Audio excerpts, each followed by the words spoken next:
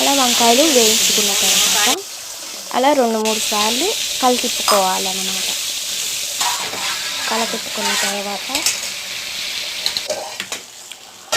అది పక్కన పెట్టుకోవాలి. ఒక ప్యాన్ పెట్టుకొని ఆయిల్ వేసుకోవాలి.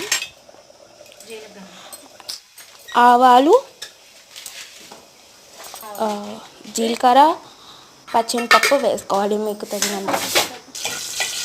అలా కలిపుకొని కరివేపాకు వేసుకోవాలి. అలా పేస్ట్ వేసేసుకోవాలి. గ్రేవీ అలా కలుపుకోవాలి. ఉడకాలన్నమాట. కొంచెంసేపు ఉడికిన తర్వాత టేస్ట్ చూసాను, మాకైతే సరిపోయింది. ఉడికించాలి, కారం వేయాలి, ఇంకా వంకాయలు వేసేసుకోవాలి. వేసేసుకున్న తర్వాత కలితిప్పాలి. కలితిప్పిన తర్వాత కొంచెంసేపు మూత పెట్టుకోవాలన్నమాట. మూత పెట్టేసుకోవాలి.